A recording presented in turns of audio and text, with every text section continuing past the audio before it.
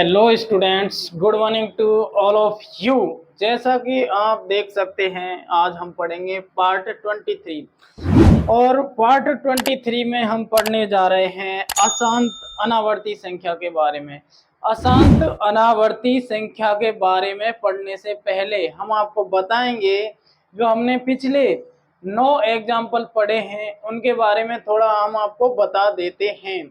उन 9 एग्जाम्पलों में आपने पढ़ा था कि अशांत आवर्ती दशमलव प्रसार वाली प्रत्येक संख्या को हम P अपन Q के रूप में लिख सकते हैं और हमने लिखा भी है। हम क्या कह रहे हैं, ध्यान से देखिए।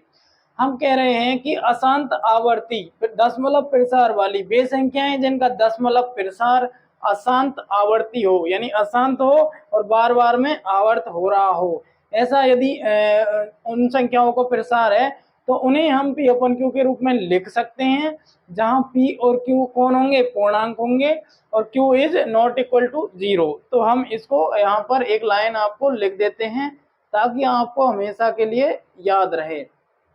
और इसके बाद हम आपको एक लाइन बताएंगे कि परिमेय संख्याओं का जो दशमलव प्रसार होता है वो या तो शांत होता है या अशांत आवर्ती होता है। या हम दूसरी शब्दों में हम कह सकते हैं दूसरी प्रकार से कि वह संख्या या वे संख्याएं जिनका दशमलव प्रसार या तो शांत होता है या अशांत आवर्ती होता है, वे संख्याएं कौन सी कहलाती हैं? वे संख्याएं परिमेय संख्याएं कहलाती हैं। इसके बाद हम आपको अशांत अनावर्ती संख्या के बारे में बताएंगे। तो पहले थोड़ा लिख देते हैं। देखिए, हम यहाँ पर लिखते हैं कि अशांत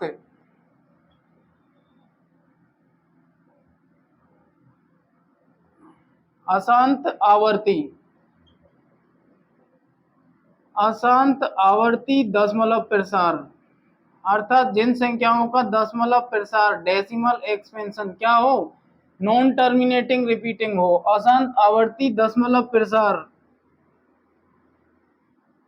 वाली अशांत आवर्ती दशमलव प्रसार वाली संख्याओं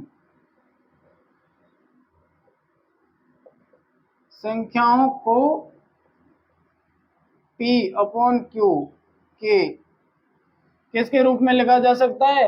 अशांत आवर्ती दशमलव प्रसार वाली संख्याओं को P अपॉन Q के रूप में लिख सकते हैं। P अपॉन Q के रूप में लिख सकते हैं ना। हमने सारे एग्जाम्पलों में देखा है कि हम उन्हें जिनका प्रसार अशांत कैसा हो, आवर्ती हो, उसे हम P अपॉन Q के रूप में लिख सकते हैं। जहां पर हमने देखा है कि P और Q क्या होने चाहिए, पूर्णांक। जहां P और Q क्या हो, पूर्णांक।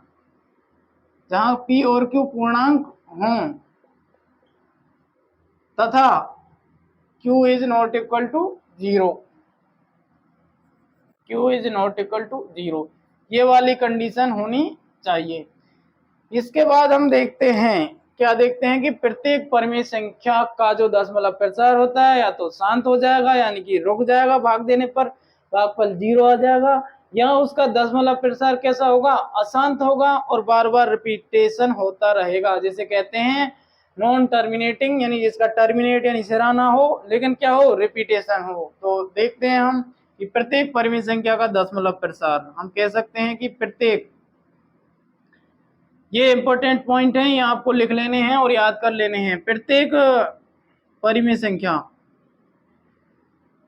जो परिमेय संख्या होती है उसका दशमलव प्रसार कैसा होता है? प्रत्येक परिमेय संख्या का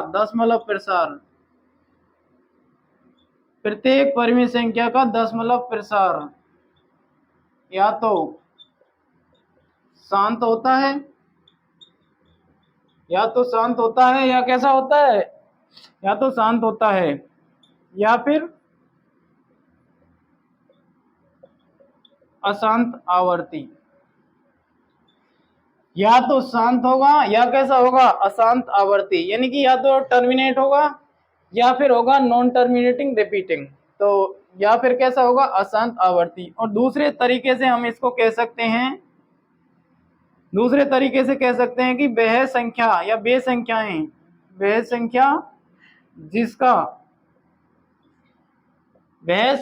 जिसका दशमलव प्रसार, हम कह सकते हैं कि वह संख्या जिसका दशमलव प्रसार कैसा हो, या तो शांत हो या कैसा हो, या अशांत आवर्ती हो, वह संख्या अवश्य ही एक परिमेय संख्या होगी। देखिए, वह संख्या जिसका दशमलव प्रसार, ध्यान से देखिए,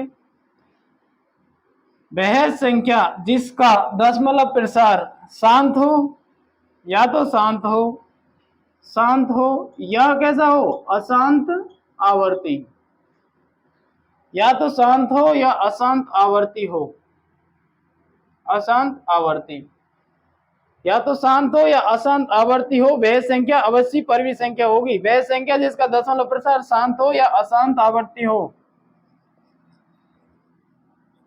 वह संख्या